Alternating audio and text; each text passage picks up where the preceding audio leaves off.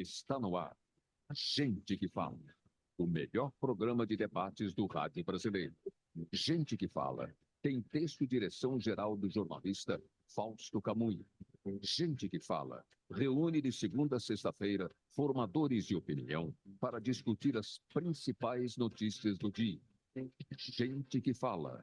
Tem o selo de qualidade APCOM. Olá, olá! O programa Gente que Fala está começando a partir de agora aqui pela 365, a sua rádio de todos os dias, pela OTV, a TV da internet, nossas imagens também nas redes sociais, Instagram, Facebook, o nosso canal no YouTube e a retransmissão noturna a partir das 10 horas pela Rádio Cultura AM 990 de Dois Córregos no Centro-Oeste Paulista e para outras 20 cidades da região.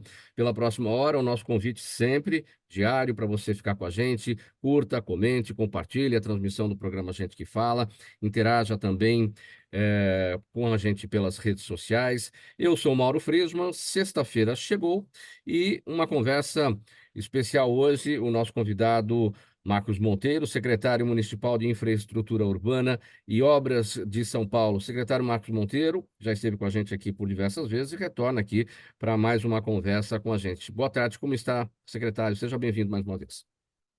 Boa tarde, Mauro. Prazer estar aqui com você, com seus ouvintes, para a gente poder falar um pouquinho das ações que a gente tem feito aqui na cidade de São Paulo e sempre com a preocupação de promover a melhoria da qualidade de vida das pessoas, em especial das pessoas que estão mais na periferia da cidade. Vamos lá, então, vamos começar a nossa conversa de hoje com o secretário Marcos Monteiro. Olha, gente, a Secretaria Municipal de Infraestrutura Urbana e Obras é a responsável pela execução, manutenção, recuperação e modernização das obras urbanísticas da cidade de São Paulo. É a CIURB. E a CIURB vem buscando uma série de inovações em suas diretrizes para melhor elaboração dos projetos nas áreas de drenagem, por exemplo, sustentabilidade hídrica e elétrica nas edificações públicas, procedimentos de manutenção das pontes, dos viadutos, dos túneis da cidade, entre outras tantas intervenções. E uma das inovações a partir preparada aqui, pensada para a melhoria dessas diretrizes, é uma estruturação de um setor de planejamentos. Esse é o primeiro ponto que a gente vai abordar aqui com o secretário Marcos Monteiro. Secretário, quando foi detectada essa necessidade de se estruturar um setor de planejamento na Secretaria de Obras e Infraestrutura do município de São Paulo? Todo mundo sabe que o planejamento é fundamental para absolutamente tudo. Quem não tem planejamento não tem futuro. E é uma chaga do Brasil, é uma chaga do Estado brasileiro a falta de planejamento de uma maneira geral, no Estado maior, né? Enfim, a gente sempre teve esse tipo de problema e o que acontece? Gasta-se mal, as obras não são bem feitas, não são bem resolvidas, o problema não é resolvido e surgem outros, enfim. Então, eu gostaria de abordar com o senhor essa inovação do planejamento a partir da sua secretaria. Mauro, parabéns pela sua pergunta, porque, em geral, a gente entra, né, em entrevistas, nos programas, sempre para ter uma postura, né, mais para explicar o que está acontecendo do que propriamente falar do planejamento. E como você falou, né, as ações de planejamento são aquelas que vão orientar depois o emprego dos recursos, o desenvolvimento dos projetos, bons projetos para que a gente tenha boas soluções para a cidade. E esse planejamento que é tão cobrado da gestão pública, às vezes fica esquecido, né, no desenvolvimento do dia a dia dos trabalhos.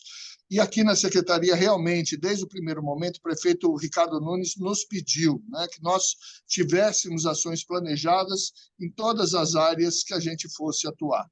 A gente pode falar um pouquinho ao longo do programa, mas as obras, principalmente obras de drenagem, obras de pontes e viadutos, as obras de mobilidade que a gente vem desenvolvendo, seguem um plano, né, um planejamento, e que realmente foi uma das primeiras dificuldades que a gente encontrou na Secretaria.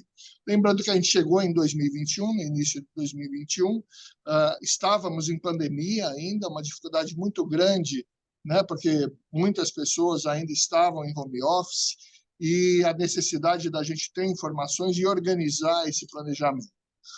E um dos problemas que realmente a gente tem nos projetos da cidade, e que é o que a gente buscou preparar melhor a cidade para isso, é que todo projeto e grandes obras de infraestrutura que a gente tem na cidade além dos problemas normais de engenharia, né, de você definir o que é o projeto, se é uma obra viária, o traçado desse projeto, vem junto, né, as interferências, por exemplo, com redes de concessionárias, interferências com água, com esgoto, com rede de energia, com redes de telefonia.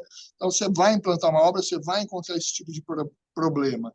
Você vai implantar um viário, muitas vezes você vai intervir numa área que já tem residências ou regulares ou irregulares, e a necessidade de se promover desapropriações ou remoções e dar um acolhimento adequado para essas pessoas que vão ser removidas para aquela área. Você tem também a questão ambiental, que é cada vez mais importante, a preocupação ambiental, a obtenção de licenças ambientais. E uma das situações que a gente detectou aqui na Secretaria é que muitas vezes a licitação era feita e a obra não podia ser começada porque esses problemas não tinham sido tratados de forma adequada. O que a gente buscou fazer na Secretaria foi adiantar esse processo. Então, nós criamos uma área específica de planejamento, onde, além da gente desenhar o projeto, né, no sentido de qual o problema que a gente tem que resolver e de que forma que a gente vai resolver, através dos projetos funcionais, que são as diretrizes iniciais de projeto, a gente trouxe para dentro dessa área de planejamento o setor ambiental, o setor de desapropriação e o setor de interferências. Então, hoje, nos projetos desenvolvidos aqui na Secretaria, tudo nasce junto, né? Tanto essas diretrizes de projeto, como a gente já começa a dar tratamento a essas questões de desapropriação, de interferências e ambientais. Com isso, a hora que a gente licita, né, as obras, esses problemas já estão bem encaminhados e a gente tem conseguido, né, já ter, né, ao licitar a obra, ao homologar a obra, a gente já conseguiu dar ordem de serviço, porque esses demais problemas já estão, ou essas demais interferências já estão equacionadas. O que acontecia anteriormente, então, secretário Marcos Monteiro? Na falta desse planejamento, quer dizer, uma licitação pronta, uma obra para ser iniciada, ela acabava não acontecendo em razão dessas etapas anteriores não terem sido cumpridas, a ponto até da obra deixar de ser realizada ou não ser realizada adequadamente por falta disso? O realizado adequadamente acabava não acontecendo porque, por exemplo, a falta de licença ambiental ela impede o início da obra. Então, o que acabava acontecendo era uma demora entre você dar a ordem de serviço para a obra ou ter que aguardar para dar a ordem de serviço e a obra efetivamente começar. Porque, nesse período, você tinha que obter a licença ambiental, que às vezes demora 6, 8, 10 meses, se não mais que isso, né? São estudos aprofundados, estudos complexos. Outra possibilidade é que se inserisse, deixasse dentro do contrato de obra a resolução desses problemas. E também trazia uma dificuldade, porque, às vezes, a hora que você passa a considerar essa questão dentro do projeto, você acaba tendo que alterar, né, as diretrizes iniciais. Então, você muda um pouquinho aquilo que foi licitado. Isso também trazia dificuldades na continuidade das obras. É isso que a gente conseguiu dar uma maior assertividade, resolver, antecipar essas questões para que, efetivamente, o projeto que está sendo licitado seja aquele que vai ser executado, que as questões ambientais estão resolvidas, de desapropriação e de interferências. Bom, acredito que cada obra tenha a sua necessidade. Por exemplo, uma obra vai precisar de uma ação ambiental, outra vai precisar de uma ação de desapropriação, ou seja, não existe uma prioridade. Cada prioridade de ação, né, nessas etapas anteriores à execução da obra. Ou seja, cada obra vai ser olhada ali individualmente e para ser vista a necessidade de cada uma, certo? É justamente isso, Mauro, porque a hora que nós começamos a trabalhar numa determinada obra, o que se faz é um levantamento de quais as necessidades. Como você falou, por exemplo, com relação à questão ambiental, né? Então, com relação à ambiental, às vezes você tem alguma intervenção que não é necessária, né? Já é uma área que já houve a intervenção, então você não precisa de um licenciamento ambiental. Você tem pequenas obras que A solução é um licenciamento mais simples, que a gente chama de EVA, e as grandes obras, muitas vezes, você precisa de um relatório de impacto ambiental, que é o EIA-RIMA, que é um estudo grande, que demora mais de um ano. Então, é isso que a gente detecta logo no início, né, das questões, e já começa a tomar providências e se preparar para aqueles próximos passos. Muitas vezes, secretário Marcos Monteiro, o munícipe reclama quando uma determinada obra sai do prazo, demora a entrega a ocorrer. Isso tem a ver com a falta de planejamento, porque para cuidar desses problemas que não foram cuidados antes dentro do contrato, na hora da execução, fatalmente isso vai levar a um atraso das obras, porque não foi feito anteriormente, né? Então, o munícipe tem razão de reclamar neste momento, e esta é a razão, porque não foi feito planejamento anterior? Evidentemente que esses atrasos, acho que quem já fez obra em casa sabe que atrasos em obras, né, você não separa muito bem obra de atraso, que é como se uma coisa sempre viesse junto. Mas o objetivo é justamente isso, né? Você tendo planejamento, você consegue adiantar vários desses problemas e mitigar esses problemas que você vai ter na obra. Evidentemente, existem situações diretas de obra que podem trazer algumas dificuldades. Vou te dar um exemplo da Ponte Pirituba-Lapa, que nós conseguimos retomar em outubro do ano passado.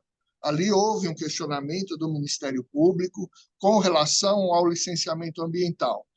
E o que se mostrou, e realmente houve uma alteração de projeto, porque após a licitação houveram consultas públicas e a própria população apontou a necessidade de alças adicionais. Só para explicar mais ou menos os problemas que podem vir. Então, esse projeto foi ajustado para incorporar essas sugestões. E o Ministério Público, na época, entendeu que o EIA-RIMA realizado não contemplava as alças. E a defesa da prefeitura é que um EIA-RIMA estuda a região, e que isso havia sido feito, que a incorporação das alças não causaria uma alteração do EIA-RIMA, que já tratava da região como um todo.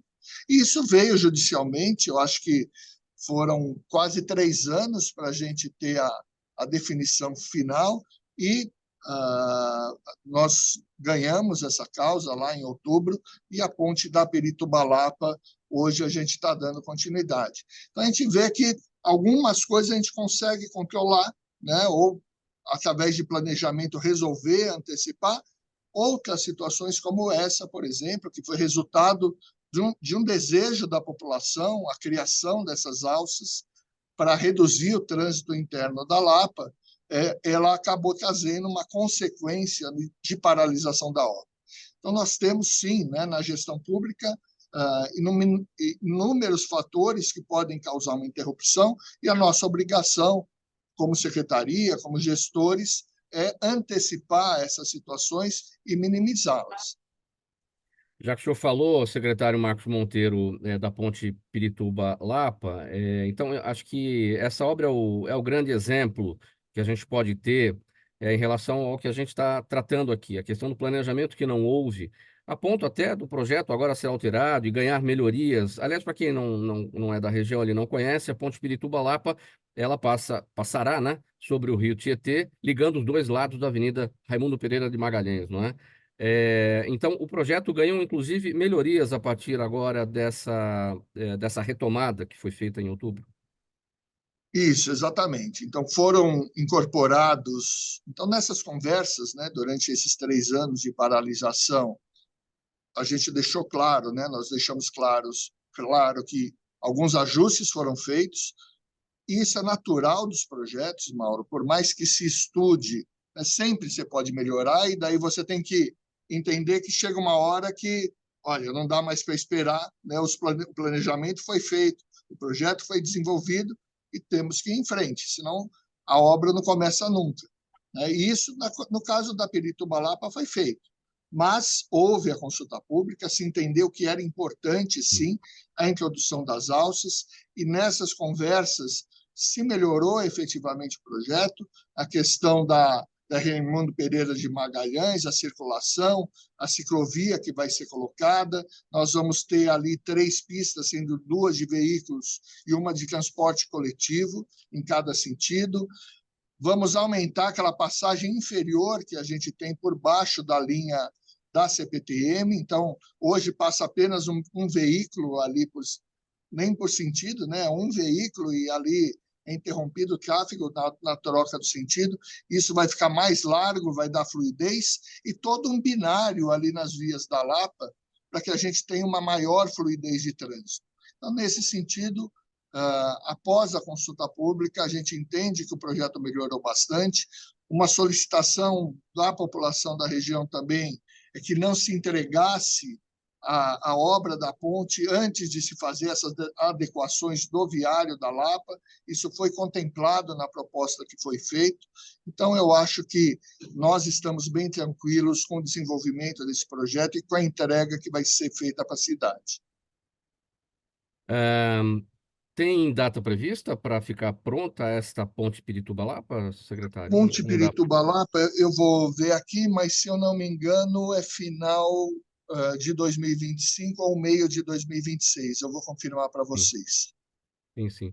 Agora, aquela passagem ali sob a via férrea, ela é um desafio a ser enfrentado, né? O senhor falou do alargamento, né? Porque passa um sentido por vez ali naquele semáforo, né? Mas ela também é baixa, né? Mas nesse aspecto não tem o que ser feito, né?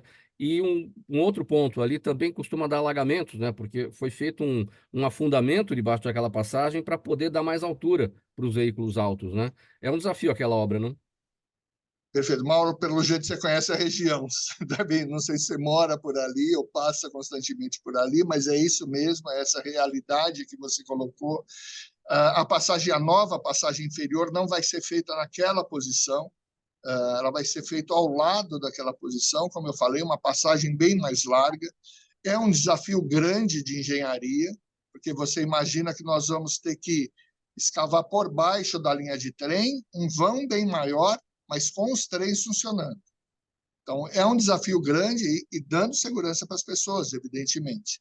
Então, é um desafio bastante grande que nós temos de engenharia nessa situação, mas as equipes que estão cuidando, projetistas, a gente toma esse cuidado nas contratações, né, de contratar empresas que tenham experiência nas diversas modalidades que a gente contrata, e isso está sendo estudado. É um dos projetos que ainda não estão finalizados, que estão em andamento. O desenvolvimento dos projetos executivos estão dentro do contrato de obra, e é isso que está sendo feito nesse momento. E a questão da drenagem, evidentemente, também está sendo contemplada nesse projeto, inclusive nessa questão da passagem inferior, né, para que a gente não tenha um acúmulo d'água. Então, só confirmando para vocês, é dezembro de 2026 a previsão de entrega final da Pirituba-Lapa.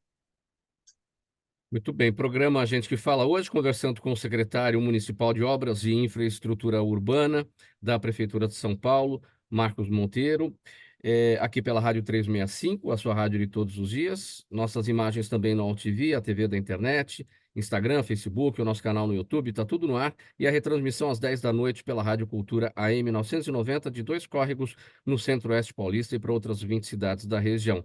Estamos falando de obras, não é, secretário? Quais são os principais programas hoje tocados pela Secretaria de Obras e Infraestrutura Urbana de São Paulo? A secretaria ela tem 2 grandes missões na cidade, como missão da secretaria, como plano de metas da secretaria.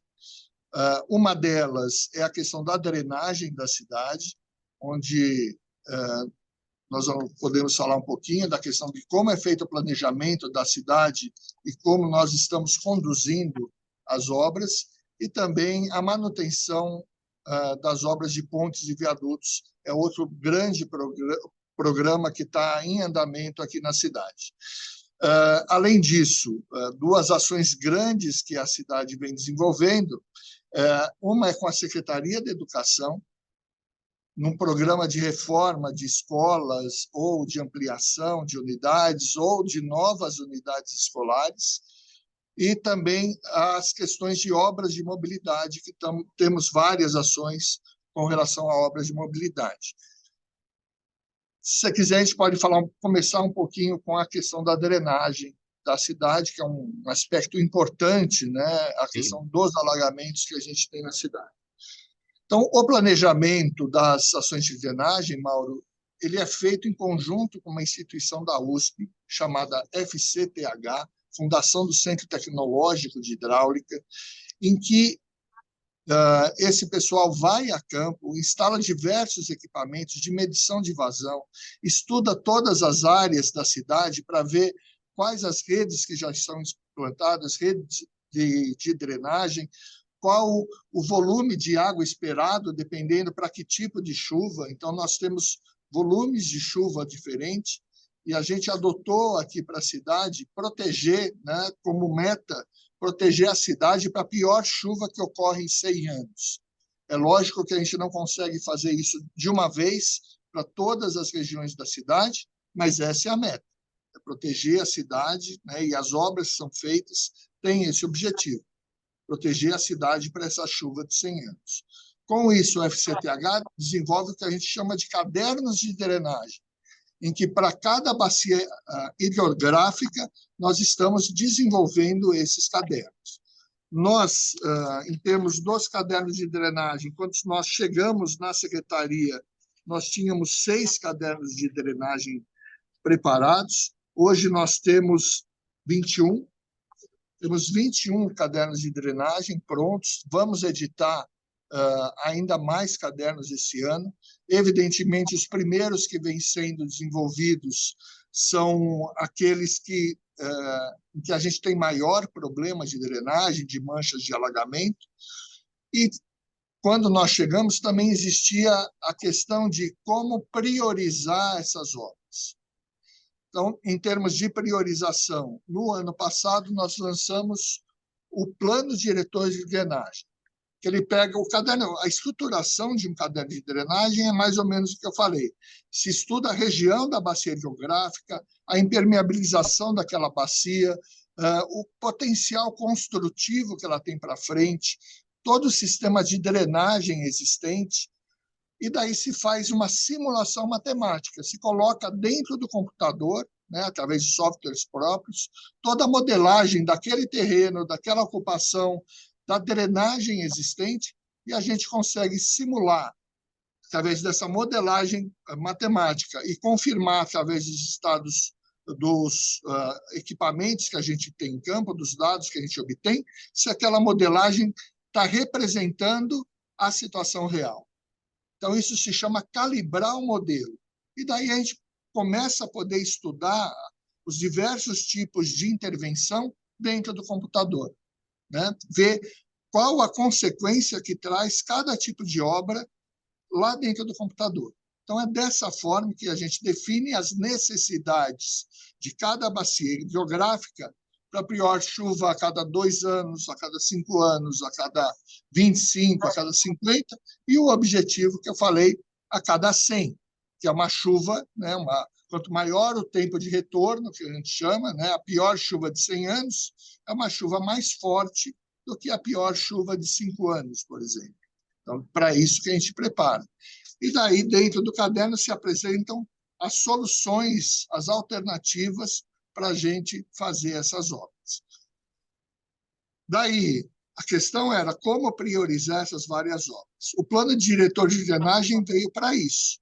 Então, nós montamos uma matriz de prioridades a serem feitas para cada uma das obras, colocamos essas obras com esses critérios e, só para dar um exemplo, né? Situações que aumentam a prioridade daquela obra. Então, uma obra que melhore, né, ou que a gente resolva uma maior mancha de inundação, ou que reduza a inundação em pontos importantes, ou equipamentos importantes da prefeitura, ou que a gente atinja um maior número de pessoas. Então, isso, e principalmente pessoas vulneráveis, né, em áreas vulneráveis, isso aumenta a pontuação daquela obra. Por outro lado, tem algumas coisas que diminuem a pontuação. Então, obras com grande custo, com grande tempo de execução, quer dizer, não quer dizer que não vão ser feitas, mas em termos de priorização, né, elas acabam perdendo alguma pontuação. Então, lançamos o plano diretor de drenagem com 56 obras o ano passado. Ele é bastante dinâmico, algumas dessas obras já entraram, né, no planejamento de execução, já estão sendo licitados projetos e obras. Essas obras saem do plano de drenagem e entram os novos cadernos, as novas obras previstas. Então, estamos lançando agora a segunda edição do plano diretor de drenagem. E agora a gente vai ter mais de 100 obras contempladas. Então, é um trabalho bastante dinâmico, como eu falei, bastante planejado, e que tem orientado os investimentos da prefeitura na questão de drenagem. Quando se fala em drenagem, secretário Marcos Monteiro, para que região da cidade a prefeitura precisa olhar mais nesse momento? Ou seja, a questão da prioridade em foco aí, aquela que tem mais necessidade, tem sofrido mais com essas chuvas que a gente tem verificado, cada vez esses fenômenos sendo mais fortes, né? Sim, isso é um problema que nós temos, essa tua observação é importante. Nós temos atuado em todas as áreas da cidade. Hoje, os reservatórios, nós já entregamos, né, nessa gestão, 2 reservatórios ali na Zona Leste, o Polder R3 do Aricanduva e o Piscinão Taboão. E entregamos também ali na região de Ipiranga os reservatórios que ficam ao lado ali, onde a Bandeirantes cruza a Avenida dos Imigrantes. Então, nós temos um piscinão de cada lado nas alças de acesso ali. Então, essa área também contemplada. Entregamos já, na gestão anterior do prefeito Bruno Covas, piscinões na Zona Norte, piscinões na Zona Leste, quer dizer, as ações vêm sendo bem distribuídas naquele aspecto que eu comentei com vocês, né? De priorizar as obras que vão atender as grandes manchas de alagamento. E hoje nossas ações elas são realmente bem distribuídas por toda a cidade, de acordo com as necessidades. Por exemplo, hoje estamos em projeto com ações importantes aqui na região central, pegando a 9 de julho, pegando o Mercadão, então ali vão ser feitos reservatórios para a gente reduzir essas manchas de alagamento na região central. Então, são ações bastante distribuídas e priorizadas, como eu falei, dentro do plano diretor de drenagem. Como é que o plano diretor de drenagem se encontra com a questão da gestão do lixo? Porque o lixo é um dos responsáveis também pela situação das enchentes, dos alagamentos, né? Então, nem sempre as obras serão as soluções se a questão do lixo não for também bem tratada. Você tem toda a razão, né? Isso aproveita o teu programa, a tua audiência, para pedir quem está nos ouvindo, né? E principalmente uma coisa que a gente tem toda a consciência: ninguém vai morar às margens de um córrego, né, por desejo próprio. A pessoa, em geral, sabe que ali é uma região alagável, mas é o espaço de terreno que sobrou para ela e ela acaba ocupando aquele espaço. Mas essa consciência da importância da gente não jogar lixo nos córregos, principalmente, ou mesmo deixar o lixo, né? A gente tem os horários de coleta, não deixar esse lixo na rua, principalmente no período de chuva, porque quando chove, o lixo na calçada ele é carregado ali para as bocas de lobo. Esse volume impede a ida da água de chuva para dentro da boca de lobo e muitas vezes esse lixo entra para dentro da tubulação de águas pluviais. E é comum, a gente visita muitos córregos nas regiões periféricas e não é só lixo. Muito entulho de obra a gente encontra nos córregos, a gente encontra sofá, cama, fogão, e seria muito importante, né, que nós criássemos essa conscientização. A gente faz um trabalho com a SP Regula, que é responsável pelos contratos de limpeza, no sentido de conscientização da população nesse sentido. Temos as unidades de coleta, os ecopontos, né, que são para receber, e esses ecopontos recebem todo tipo de material, entulho de obra,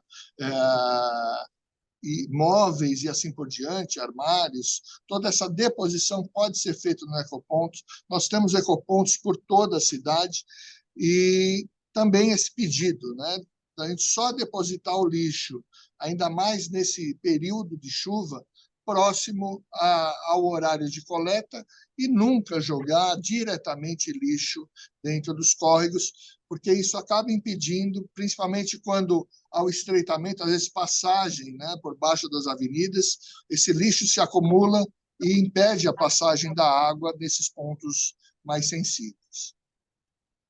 Dentro dos programas tocados pela Prefeitura, a partir da Secretaria de Obras de Infraestrutura, secretário Marcos Monteiro. Então, o senhor destacou a questão das obras de drenagem. O que vem na sequência? Qual é o segundo ponto em prioridade após a drenagem?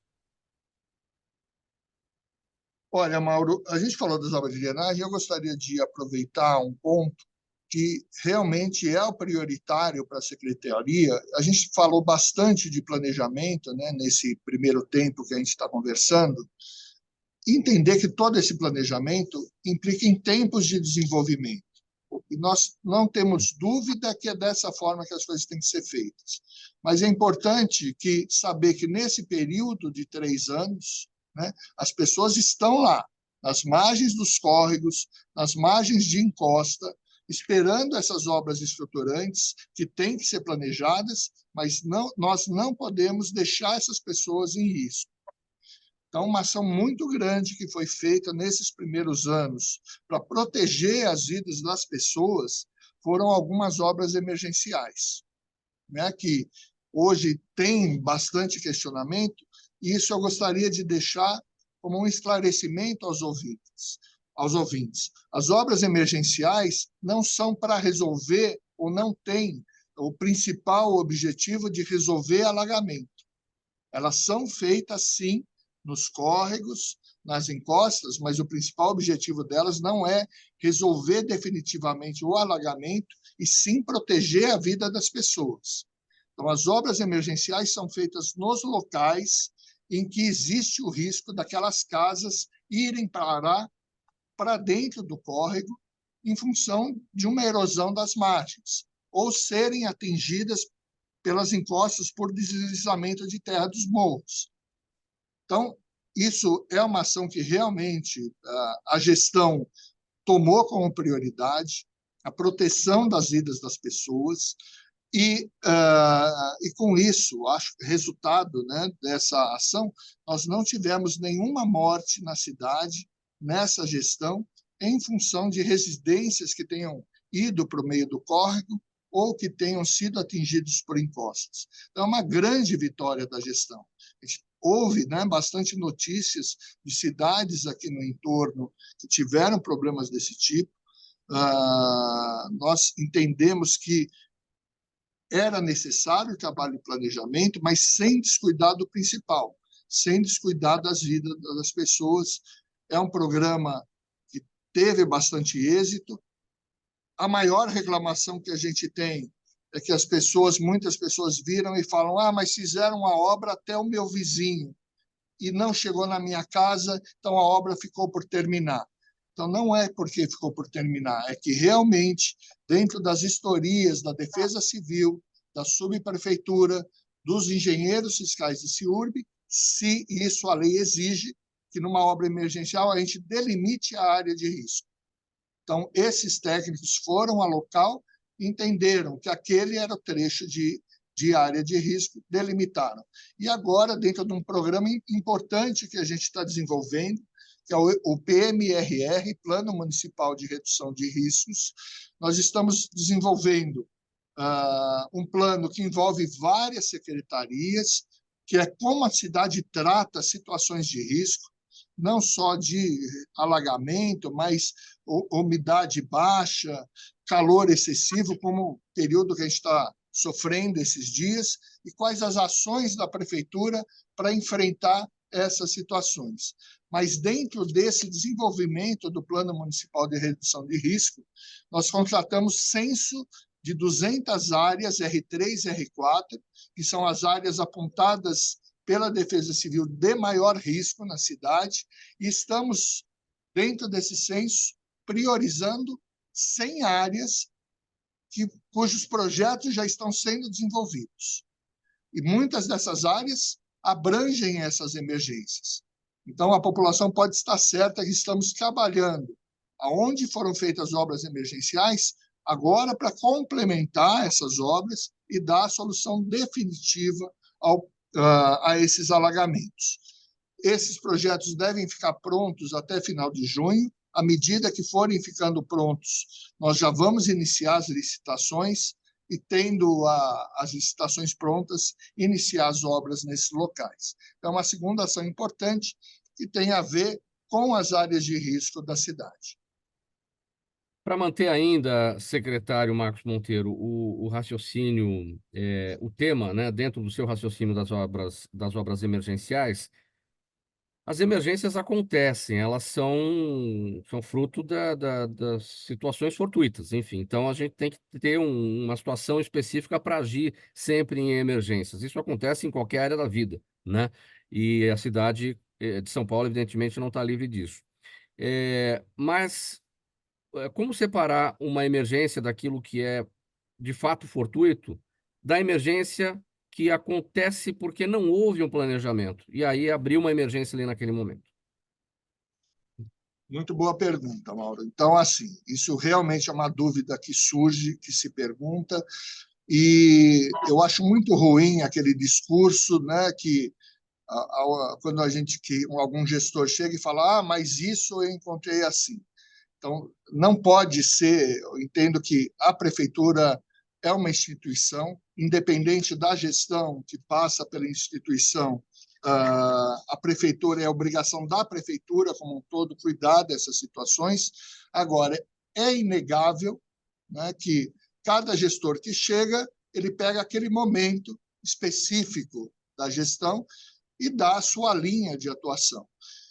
Então, como eu falei, nós, até pela minha formação em engenharia, eu tenho essa visão de médio e longo prazo, de planejamento, da gente executar as obras que têm que ser feitas da maneira consistente, correta e adequada, mas entender que existe um problema de curto prazo, emergencial, que a gente tem que cuidar. E foi isso que fez. Outro dia eu nem me lembrava disso, e até eu renovei um artigo que eu tinha escrito em 2020, antes de estar dentro da prefeitura, falando um pouco das questões de drenagem. Republiquei esse artigo no Orbis News, e que se falava um pouquinho assim, né, que nós temos que preparar a cidade para ter uma certa resiliência, uma certa proteção de chuva, mas temos que entender que pode acontecer, e pelo que você mesmo comentou, né, esses eventos climáticos cada vez potencialmente mais fortes, pode acontecer de chover além do que aquele planejamento que foi feito, e entender que daí a gente tem que tomar, primeiro, essas ações intersecretariais de proteção das pessoas para o risco, e, por outro lado, quando surgiu o problema, as ações emergenciais.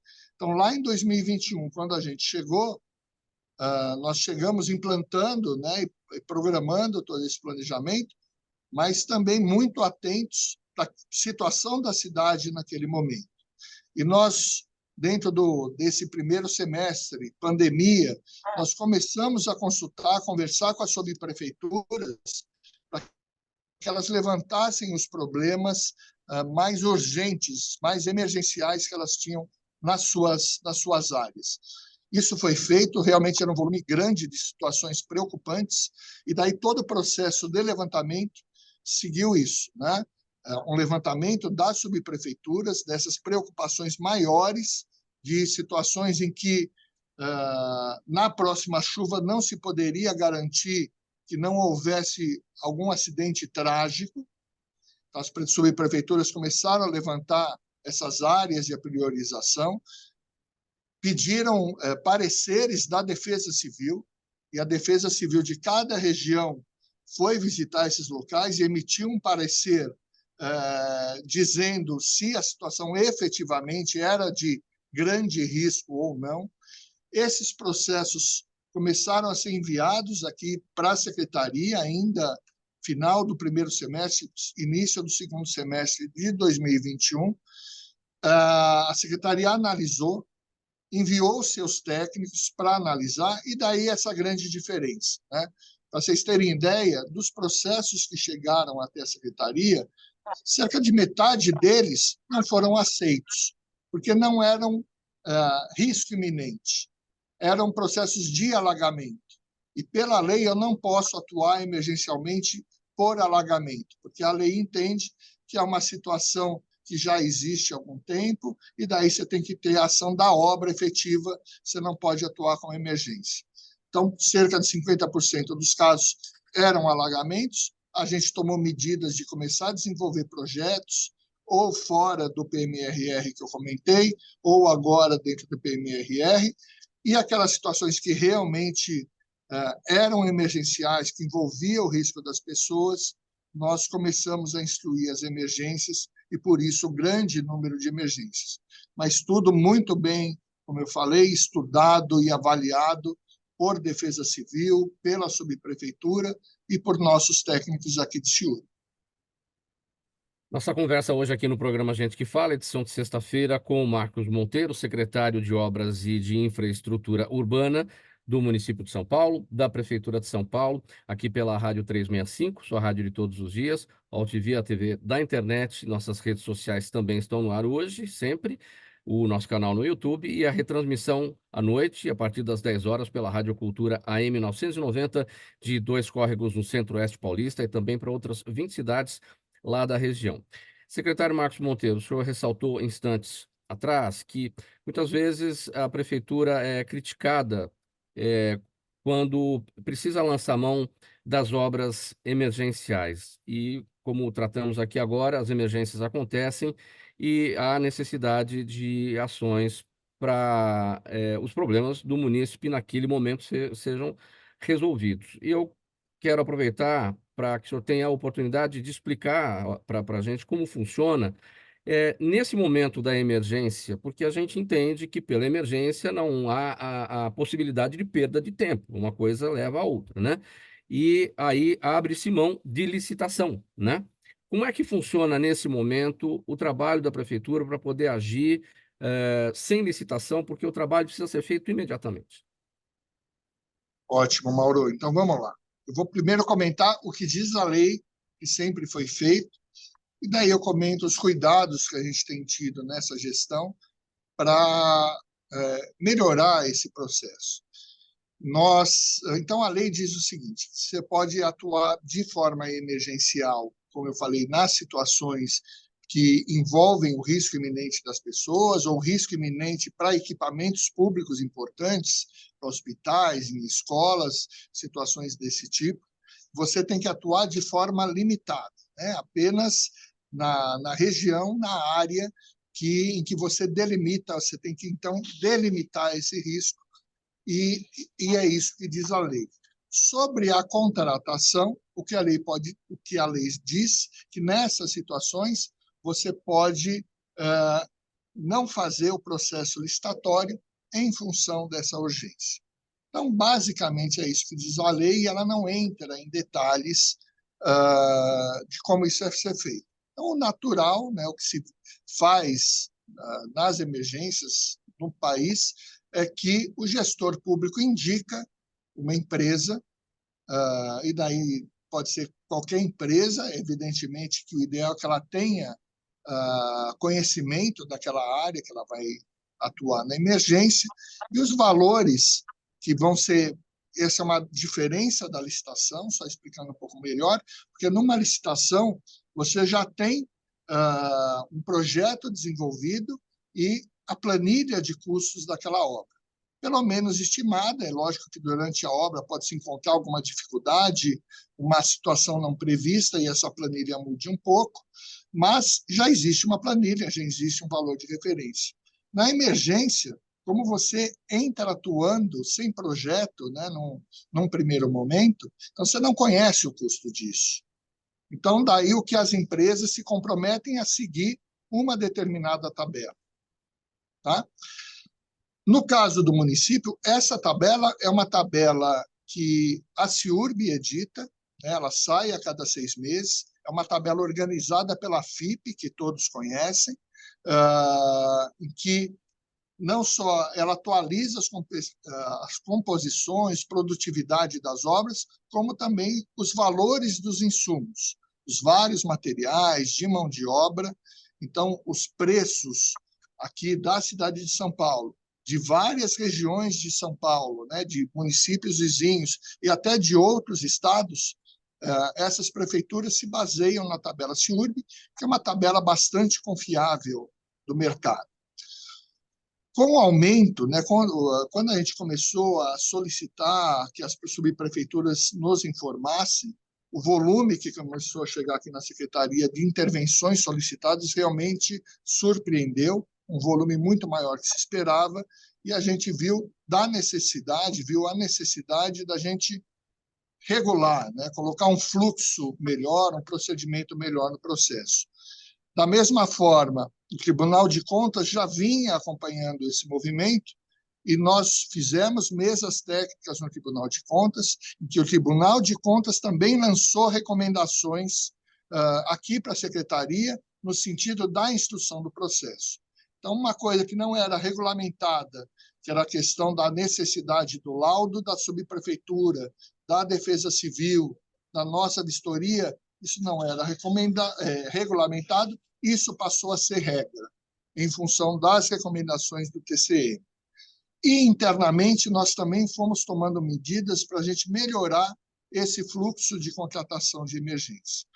Então, uma delas foi, ao invés de convidar uma empresa, a definição foi que qualquer empresa que vá atuar nas obras emergenciais sejam empresas já cadastradas na CIURB, porque dessas empresas a gente conhece melhor o perfil técnico, as especialidades que elas atuam, os atestados técnicos que elas possuem, as especialidades de obras que elas fazem, né, com maior fluência, que possuem equipe técnica preparada, e também a capacidade financeira. A emergência tem essa característica. Como eu falei, não tem projeto. Ao entrar na obra, a empresa toma medidas emergenciais para não permitir que o processo avance. Em paralelo, é contratado o projeto é desenvolvido, até que se monte uma planilha, se monte um cronograma. E isso demora, às vezes, 3, 4 meses do início da obra. E esse período, ela não tem ainda um contrato, ou seja, ela tem que atuar com caixa próprio dela. Então, as empresas têm que ter também capacidade financeira para atuar nas obras emergenciais. Sejam obras menores, que daí você pode contratar empresas, né, menores, com capacidade financeira menor, até obras de grande porte. Dou um exemplo de uma obra emergencial ali, né, no ano passado, que surgiu, que estava caindo a contenção do tamanho do ATI para dentro do rio, e que poderia causar um estrago enorme, e ali uma obra bastante grande. Então, nós começamos a tomar a decisão de, ao invés de chamar uma empresa, também, né, além de ser cadastrada na CIURB, com capacidade técnica e financeira, chamar 3 empresas. E contratar dessas 3 empresas aquela que oferecesse um desconto sobre a tabela, né? Então, as obras emergenciais que sempre foram pagas pelo valor de tabela, a gente passou a ter algum desconto, né? Então, definida a planilha daquela obra, depois de 3, 4 meses do seu início, a gente já acertou lá atrás na contratação, e a empresa ofereceu, a que ofereceu maior desconto, ela ofereceu lá 4% ou 5%, e sobre essa planilha, então, definida na obra, a gente passou a ter descontos. Outra providência que se tomou é avisar o Tribunal de Contas em 24 horas da implantação de uma obra emergencial. Então, hoje, o Tribunal de Contas acompanha essas obras desde o seu início, né, verificando, e isso é uma coisa que não acontece nessa gestão de administração. Todas as obras estão sendo executadas dentro dos seus cronogramas, dentro dos valores definidos da planilha. Isso é outra situação. Obra emergencial não tem aditivo de preço, né? Então, como você falou, é uma situação emergencial de atuação imediata, mas é um processo muito controlado, um processo que todos os holofotes estão em cima e os dados são públicos, né? Então, nós temos bastante tranquilidade da rigidez que a gente tem desse processo, né? Ele é Sim. bastante transparente. Deu para entender esse processo como funciona. É importante que a secretaria tenha esse cadastro, né, com essas empresas todas e que elas sejam conhecidas, a sua capacidade técnica, a sua capacidade financeira para poder entrar numa obra emergencial. Se não me engano, e se eu estiver errado, o senhor me corrija, são 115 empresas nesse momento que a CIURB tem no seu. Cadastradas. Como é que funciona para a CIURB acompanhar dessas 115 empresas para saber se na hora de um convite para uma obra emergencial, na hora de um chamado, ela tem naquele momento a capacidade financeira para poder entrar, porque ela vai esperar 3, 4 meses para receber o aporte da prefeitura. E ela pode, no momento em que ela foi cadastrada, de repente ter uma situação boa financeira. E naquele momento da obra, a realidade pode ter mudado. Você tem toda a razão, né? Porque as informações financeiras que a gente tem são as informações do cadastro. Uma das coisas que, dentro desse processo de seleção, é que a empresa confirme essa capacidade financeira, porque isso é deixado explícito para ela, e ela sabe, né, dentro dos processos, que ela vai demorar 3, 4 meses para começar esse recebimento. Por isso que, em várias situações em que a gente convida 3 empresas, tem empresas que já viram e falam, olha, nesse momento eu não tenho essa capacidade, eu não vou oferecer uma proposta. A gente tem muitas situações com relação a isso. E daí tem uma análise inicial também de não sobrecarregar muito uma empresa com obras emergenciais, ver se ela está realizando outras obras também na cidade, obras licitadas daí, e confirmar se ela tem essa capacidade. Nós, dentro das 307 obras emergenciais, né, que a gente veio fazendo ao longo desse período, nós não tivemos nenhum caso de ter que paralisar essa obra em função de uma situação desse tipo, né? Então, a gente tem conseguido ter um bom controle do processo e que as obras que começam, efetivamente, elas finalizam. Parceiros da Prefeitura de São Paulo, para a realização, né? Parceiros com expertise, enfim, como é que funciona esse processo? Todo esse processo, existe nas empresas de engenharia um órgão fiscalizador que é o CREA, que é o Conselho Regional de Engenharia e Agronomia. E o CREA, as empresas, ao realizarem obras, né, os profissionais, eles registram essas obras no CREA através de uma ART, que é uma anotação de responsabilidade técnica, que afirmam que esse profissional ele está capacitado, está registrado no sistema e que ele assume as responsabilidades técnicas sobre aquela obra.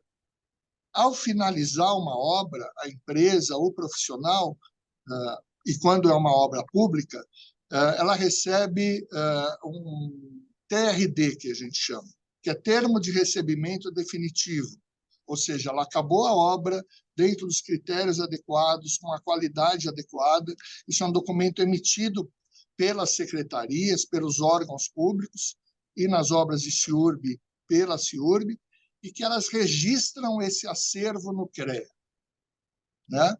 Então, há esse acervo. Então, o CREA, para cada empresa, para cada profissional, tem lá um acervo registrado dizendo que tipos de obra aquele profissional e aquela empresa já realizaram. Então, quando nós vamos fazer uma licitação ou uma emergência, a gente fixa alguns critérios técnicos ou alguma certificação ou atestação mínima de que empresas que podem participar.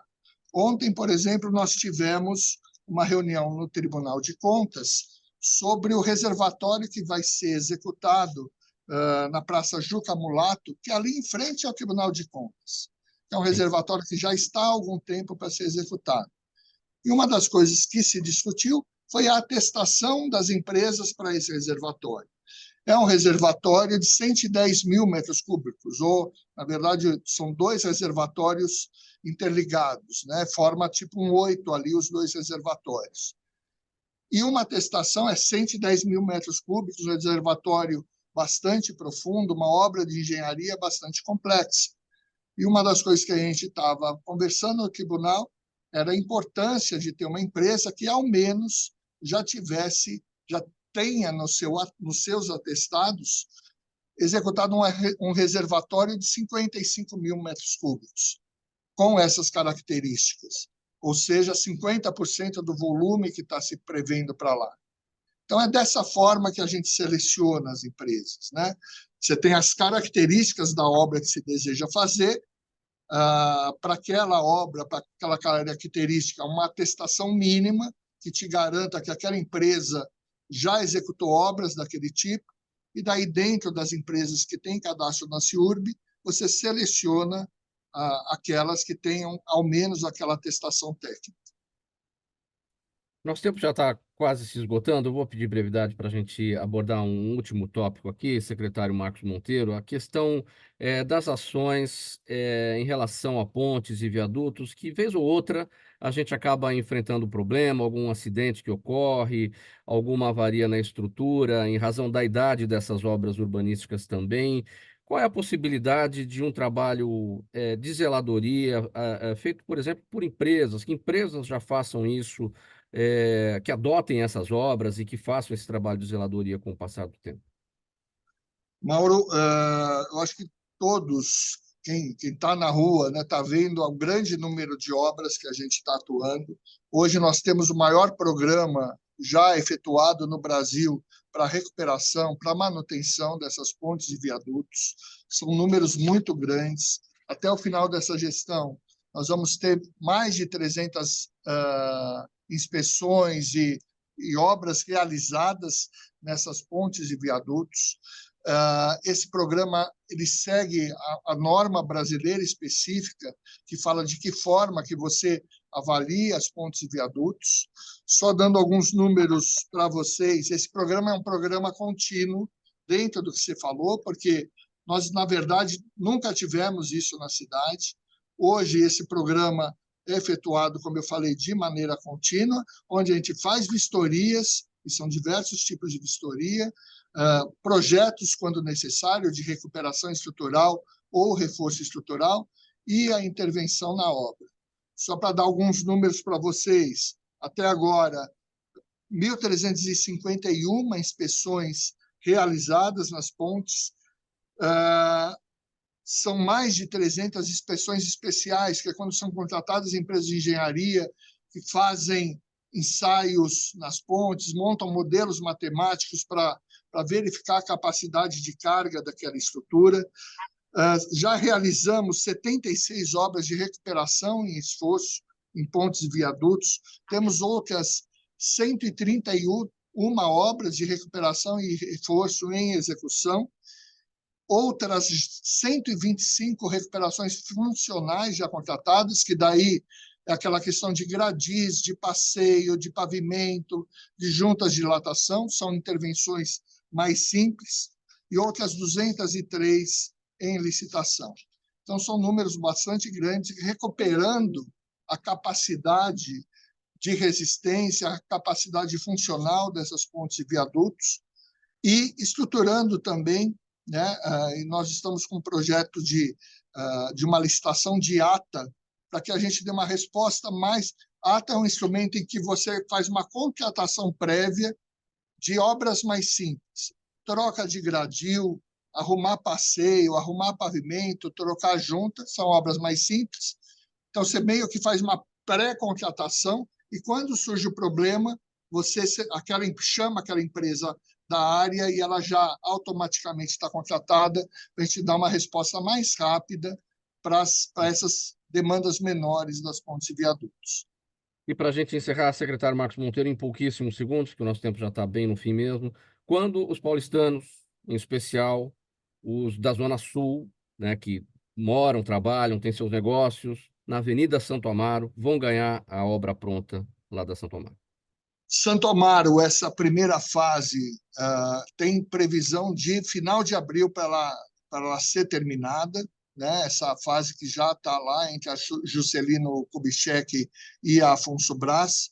Então, o objetivo hoje da gestão é entregar essa obra até o final de abril. As obras estão caminhando bem e o cronograma está mantido. Nosso agradecimento, Marcos Monteiro, secretário municipal de Infraestrutura Urbana e Obras do município da cidade de São Paulo, da Prefeitura de São Paulo.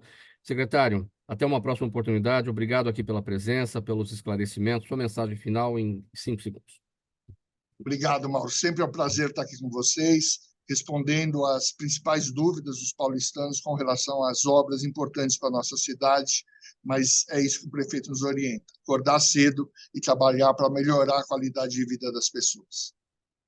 Até a próxima oportunidade, secretário Marcos Monteiro. Termina aqui essa edição de hoje, sexta-feira, do programa Gente que Fala, sempre realização da ABCom, apresentação minha, Mauro Friesman, pauta e redação do Pedro Schiavon, Zenilda Salvato, nossa diretora de produção, jornalista Fausto Camunha, nosso diretor-geral, você ouvinte, você espectador, a razão da nossa presença aqui todos os dias. A gente volta na segunda-feira, a partir do meio-dia, pela Rádio 365, a sua rádio de todos os dias, pela UTV, TV da internet, redes sociais, nosso canal no YouTube e a retransmissão a partir das 10 da noite pela Rádio Cultura AM 990 de Dois Córregos, no Centro-Oeste Paulista.